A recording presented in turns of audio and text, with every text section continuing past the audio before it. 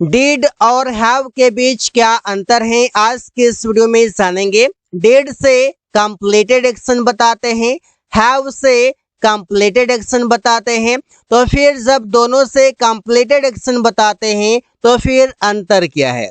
Did से past के incident को बताते हैं, पास्ट के स्टोरी को बताते हैं, और हैव से रिसेंट पास्ट एक्शन बताते हैं। अब ये सभी क्या होता है एक एक करके जानते हैं।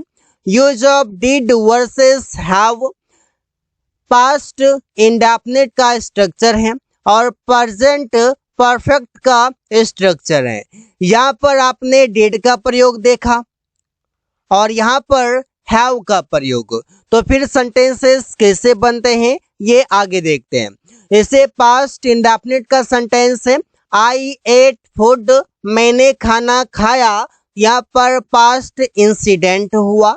और आई हैव ईटन फूड, मैंने खाना खा लिया है या मैं खाना खा चुका हूँ, ये रिसेंट एक्टिविटी हुआ, ये रिसेंट एक्शन हुआ।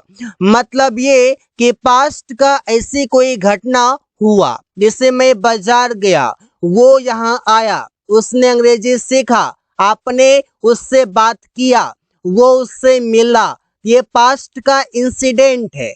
और जब ऐसे बोलते हैं मैं खाना खा चुका हूँ, मैं उससे मिल चुका हूँ, मैंने मैच जीत लिया है, हम लोग अंग्रेजी सीख चुके हैं, वो किताब पढ़ लिया है, यहाँ पर रिसेंट एक्टिविटी को दिखाते हैं जो कि थोड़ी देर पहले कोई काम कंप्लीट हुआ है। ये सेंटेंस पॉजिटिव है, इस वजह से यहाँ पर वे टू है और यहाँ पर हैव के साथ वे थ्री है।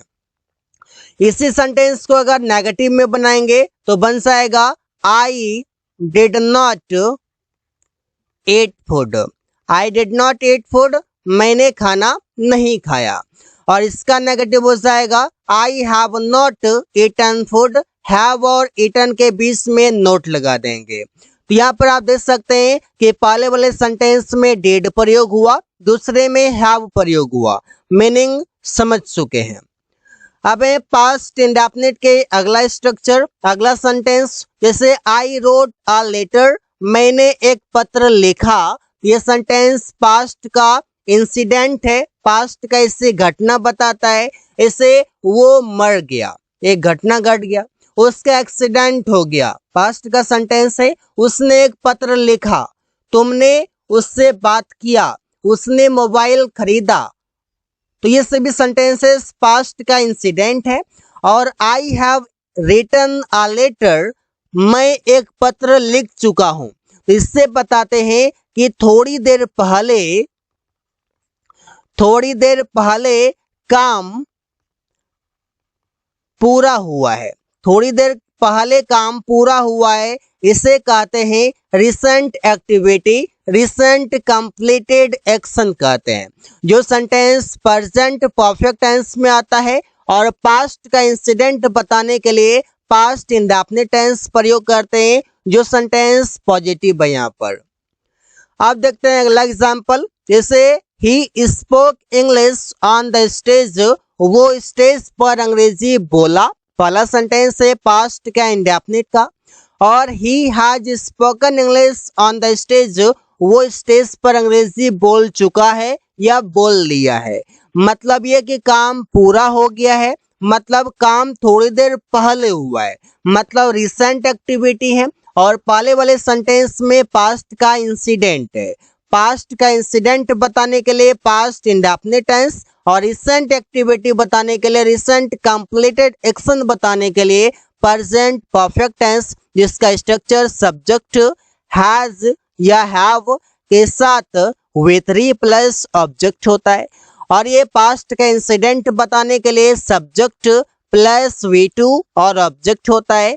नेगेटिव के लिए सब्जेक्ट प्लस डिड नॉट या didn't plus V1 plus object होता है। यहाँ पर इसका अगर नेगेटिव बनेगा, यहाँ पर हो जाएगा did not speak, did not के बाद V1 लग जाएगा। अगला एग्जाम्पल है, did you buy something in the market, क्या तुमने बाजार में कुछ खरीदा। तो पास्ट का इंसिडेंट हुआ, पास्ट का घटना हुआ।